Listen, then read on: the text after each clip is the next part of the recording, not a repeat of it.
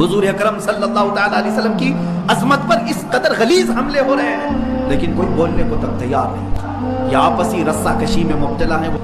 اے مسلمانوں، اقبال نے بہت پہلے یہ کہا تھا، ان سے پھرے جہاں پھرا پھر آئی کمی وقا، ان کے جو ہم غلام تھے خلق کے پیشوا رہے۔ ایک نقطہ اتحاد تھا ہمارے پاس، وہ نام رسول، میرے آقا صلی اللہ تعالی علیہ وسلم کا نام پاک پورے لوگوں کو ہمیں جوڑ رکھتا تھا۔ کچھ مٹھی بھر شدت پسند آتنکواد پنڈت جنہوں نے میرے نبی کونین صلی اللہ تعالی علیہ وسلم کی شان میں ہرزہ سرائی شروع کی ہے، آج میں برجستہ یہ کہتا ہوں، علل اعلان کہتا ہوں، ہندوستان میں سب سے بڑا کوئی آتنکواد ہے تو وہ نرسنگھارم سوامی ہے، جو میرے آقا صلی اللہ تعالی علیہ وسلم کی عزت پر حملے کر رہا ہے۔ بارہا اسے مطالبہ کیا گیا ان تمام باتوں کو ختم کرنے کا۔ اب میں بہت احتجاجات کی بات نہیں کروں گا، ایک میری بات سن لے، میں آج بڑے جذبات کے ساتھ اگرچہ ہوں، بولنے کی اب ہمارے پاس بھی طاقت نہیں رہ گئی، اس لیے کہ ہم بھی مجرم ہیں۔ بارگاہ رب العزت میں اگر ہماری پکڑ ہو گئی کہ تمہاری جوانی کے دوران مصطفیٰ کریم صلی اللہ تعالیٰ علیہ وسلم کی عزت پر حملے ہوتے تھے، تم کیا کہتے تھے، مجھے ڈر لگتا ہے آج یا کل اگر ہم مریں گے، ہماری بھی لاشیں قبرستانوں میں جائیں گے، قبروں میں تو ہم اس نام سے جاتے ہیں کہ دیدار مصطفیٰ ہوگا، لیکن اے مسلمانوں اب کس نام سے ہم جائیں گے؟ رسول پاک صلی اللہ تعالیٰ علیہ وسلم قبر میں تشریف لائے اور پھر اگر ہمیں دیکھ کر کے یہ فرمائیں تو ہی وہ ہے جو میرے نام کی گندی گالیاں سن کر کے ابھی قبر میں لیٹا ہوں۔ جس پنڈت نے، جس مہنت نے حضور پاک کے لیے شبد استعمال کیے، وہ میں اس کا نام بھی اس مقدس مسجد میں لینا نہیں چاہتا، لیکن میں کھل کر کے رد کرنا چاہتا ہوں، حکومت وقت سے کہتا ہوں، ایسے کتوں کے گلوں میں اپنے پٹے باندھ لو۔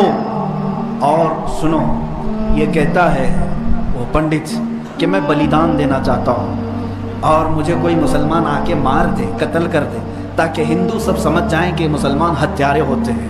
سن وہ خبیث مردود، تیرے خون کی ہمارے نزدیک کوئی قدر و قیمت نہیں ہے۔ جو لوگ یہ کہتے ہوں گے کہ اس کے سر کی اتنی قیمت، اتنی قیمت، میں کہتا ہوں 5 پیسے کی بھی قیمت نہیں۔ اس سے بڑے نمرودوں کو اللہ نے مچھر سے ہلاک کیا ہے۔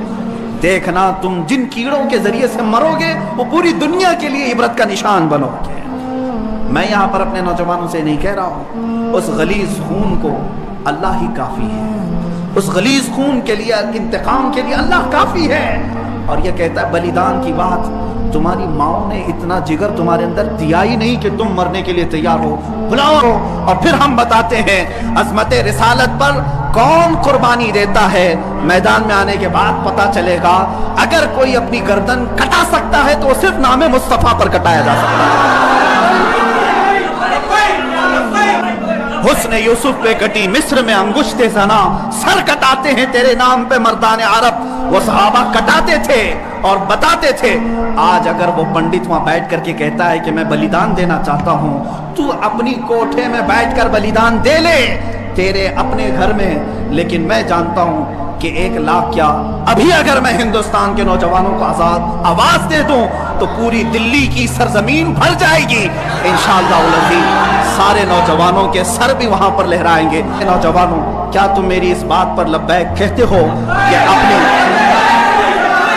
کہ اگر حکومت وقت نے اس ملعون کو گرفتار نہیں کیا یا عظمت رسالت پر بھونکنے والوں کے گلے میں پٹا نہیں ڈالا تو ہندوستان کے ہر کونے سے مسلمان اپنے سر پر کفن باندھ کر دلی پہنچے۔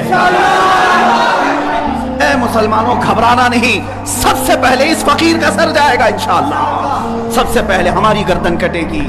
وہ پنڈت اپنے بزدلوں کو جمع کرنے کی کوشش کر رہا ہے، اور ابھی میں نے دیکھا ایک ویڈیو نشر کر کے وہ کہتا ہے، ہندو بھائیوں سے میں کہتا ہوں کہ تم اپنی قربانی کے لیے تیار ہو جاؤ۔ کیوں زہر پھیلا رہے ہو، کیوں زہر پھیلا رہے ہو ہندوستان میں؟ ہم نے کبھی لڑنے کا یا جہاد کا اعلان نہیں کیا، اب تک ہمارے کسی عالم نے اعلان نہیں کیا۔ امن کے ساتھ رہنے کی تلقین اسلام نے بھی دی ہے، حضور نے خود فرمایا ہے جنگ کی تمنا مت کرو، ہاں اگر ان کی طرف سے آ جائے تو پھر قدم بھی پیچھے مت لینا، پھر قدم پیچھے نہیں لینا۔ اے مسلمانوں، فخر کے ساتھ آنا، تمہارے ساتھ کوئی اہل سیاست نہیں آئے گا، تمہارے پیٹھ پیچھے رسول اللہ کی ذات ہوگی اور تمہارے سر پر اللہ رب العزت کی عنایت ہوگی۔ اللہ اور اس کے رسول کے بھروسے پر ہم جائیں گے انشاءاللہ۔ اور یاد رکھنا، یہ صرف جذبات کی باتیں نہیں، جوش کی باتیں نہیں، میں اپنا ایک پیغام ریکارڈ کرنا چاہتا ہوں. اگر اس ملعون اور اس خبیث نمرود کی اولاد تک میری یہ بات پہنچ سکتی ہے تو پہنچا دی جائے. تم نے بہت بھونک لیا اپنی مندر میں بیٹھ کر کے, تم پریس کلب آف انڈیا میں بیٹھ کر کے بہت بھونک لیے. کتے آپس میں اپنی گلی میں بہت بھونکتے ہیں. میرے اس میسج کو اس ملعون تک پہنچا دیں. اگر ذرا برابر بھی دم خم ہے تمہارے اندر, تمہاری ماں نے اگر دودھ پلایا ہے تم کو, تو اب میں مناظرے کا چیلنج نہیں دے رہا ہوں, ڈیبیٹ بھی نہیں کروں گا, بات چیت بھی نہیں کروں گا. آؤ میں اعلان کرتا ہوں, 8 دن کے اندر تم دلی پہنچو, کسی میدان میں پہنچو, اپنی ساری مقدس کتابیں لے کر کے آؤ. انشاءاللہ العزیز یہ فقیر قرآن پاک لے کر حاضر ہوگا. ہم آئیں گے, تم اپنے سارے گرو گھنٹالوں کو لے کر جمع ہو جاؤ. میں مناظرے کا چیلنج نہیں دے رہا ہوں, توجہ چاہتا ہوں. اپنے ڈیسک پر بیٹھ کر کے ٹٹو لوگوں کو لڑاتے رہتے ہیں, وہ بھی سن لیں. قرآن, اسلام, رسول کی ذات پر حملے کرانے کے لیے زرخرید لوگوں کو بٹھاتے ہیں, وہ بھی سارے نیوز اینکر, یہ پنڈت سب جمع ہو جائے میدان میں. یہ فقیر قادری حاضر ہوگا. ایک بڑی آگ جلائی جائے, آگ لگائی جائے. میں اس سے کہتا ہوں میں بھی آگ میں داخل ہوں گا, تو بھی آگ میں داخل ہو جا. جو سلامت رہے گا اس کا دین حق پہچانا جائے گا.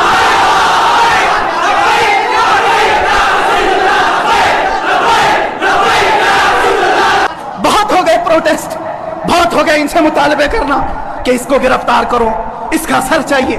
آؤ آج آر پار کی بات کر لیتے ہیں. زمانہ گزر گیا, 800 سال ہو گئے. سرکار غریب نواز کو بھی یہی چیلنج کیا گیا تھا. معین الدین حسن چشتی نے ہند میں یہ بتایا تھا کہ جو نبی کا غلام ہوگا وہ آگ میں بھی کود جائے گا. انشاءاللہ العزیز میں گنہگار ضرور ہوں, میرے اخلاق برے ضرور ہیں, لیکن جب بات میرے مذہب کی آئے گی, قرآن کی آئے گی, نام مصطفیٰ کی آئے گی, میں برسر اعلان آج پھر کہتا ہوں, آؤ تم سارے پنڈت مل کر کے آؤ, آگ لگائی جائے. تم سب پوری دنیا کو دکھانا میں بھی آگ میں داخل ہوں گا, تم بھی آگ میں آ جانا. دیکھتے ہیں کس کے جسم کو آگ جلاتی ہے. اگر میں سلامت رہا تو میرے دین کی بات ہوگی, اور انشاءاللہ العزیز مجھے یقین کامل ہے کہ اگر آگ پر بھی کسی کا حکم ہوتا ہے تو صرف میرے رب ذوالجلال کا ہے, میرے رب ذوالجلال کا ہے. بس اسی بات پر میں اپنی گفتگو کو ختم کرتا ہوں. اب احتجاج نہیں, اب پروٹیسٹ نہیں, سیدھے آر پار کی بات, میری یہ بات پہنچا دی جائے. اگر جواب آ جائے تو دیکھ لینا مسلمانوں, مجھے یہ یقین ہے کہ اس کا کوئی جواب نہیں آئے گا, اس کا جواب نہیں آئے گا. ہجڑوں کے پاس اس طرح کی کوئی بات کا جواب نہیں ہوتا. ان کی ماؤں نے اتنا دودھ ہی نہیں پلایا. یہ زرخرید اپنے علاقے میں بیٹھ کر کے بھونک تو سکتے ہیں, لیکن آؤ مباہلے کی میں دعوت دے رہا ہوں, مباہلے کی دعوت. قرآن نے بھی میرے مصطفیٰ کو مباہلہ کرنے کا حکم دیا تھا.